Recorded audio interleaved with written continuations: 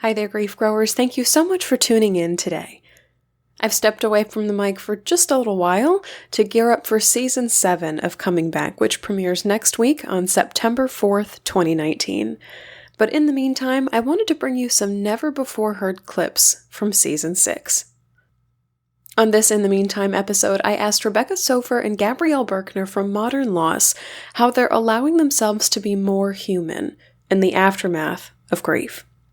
There's a pervasive myth, yes, even in grief, that we must be perfect at all times, but allowing ourselves to be human in the aftermath of loss is really how we develop the muscle of self-love and self-compassion.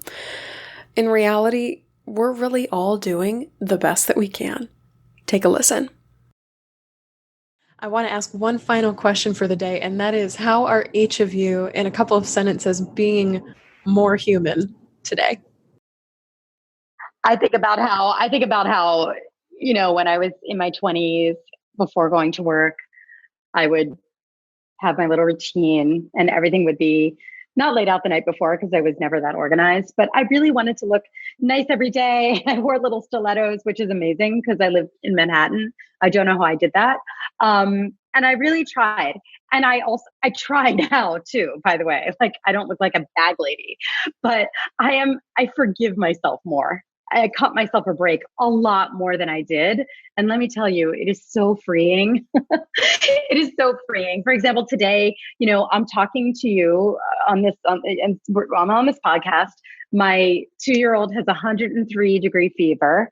And I just took an hour-long break beforehand so that I could see him and check on him and see how he was doing, and then left him with the nanny and came back here. And, it's all a jumble. And I feel like nothing is done at 100%, but that's actually the way life works. And it feels normal. It feels better to feel like you're just doing the best you can, as opposed to, I have to do it all perfectly. Like, I have to look really great today. I have to file, every single T has to be crossed. Like when Gabi and I launched Modern Loss, we were so insistent on making it perfect. And then actually both of us were imminently going into labor. So we had to put it online, and it wasn't perfect, but it was great.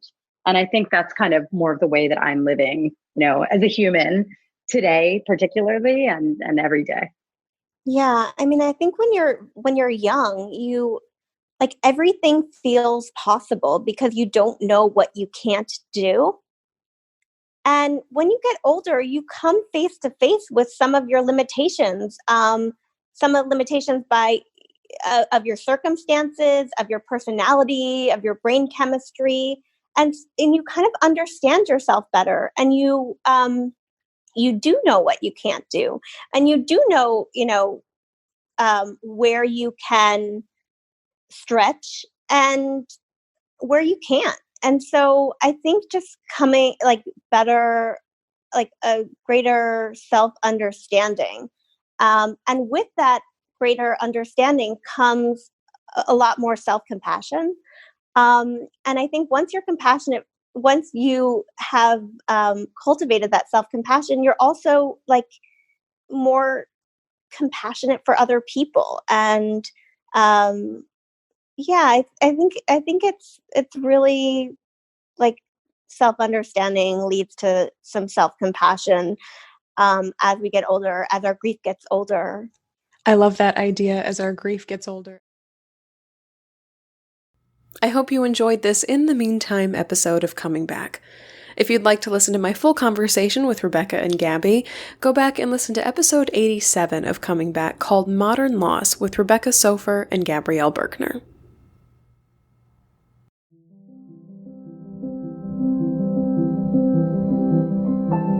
That's all for this episode of Coming Back In the Meantime. I can't wait to return to you with full-length episodes in Season 7, which kicks off next week on Wednesday, September 4th. Here's where you can catch me between now and then. You have just 4 days left to enter to win a copy of Modern Loss by our very own Rebecca Soffer and Gabi Birkner, and a copy of And Then I Got Fired by J. Mace III over on my website, shelbyforsythia.com. Just hop on over there and type in your email address for your chance to have both of these incredible grief books sent your way. For grief support beyond this show, pledge to support Coming Back on Patreon, where I host grief journaling every Monday morning and live grief support meetups on the last Monday of every month. You can find the link to pledge and join us in the show notes. My book, Permission to Grieve, is coming out very, very soon. If you'd like to help me get the word out and get a free digital copy of the book once it's live and in the world, join my exclusive launch team on Facebook. You can find the link in the show notes for this episode or by searching Permission to Grieve Launch Team in Facebook groups. If you'd like to leave a question, comment, or guest suggestion for a future episode, email me at shelby@shelbyforsythia.com. As always, my dear grief growers, it was beautiful sharing this space and time with you today. I see you, I am proud of you and the work that you're doing in the world, and I love you. Because even through grief, we are growing.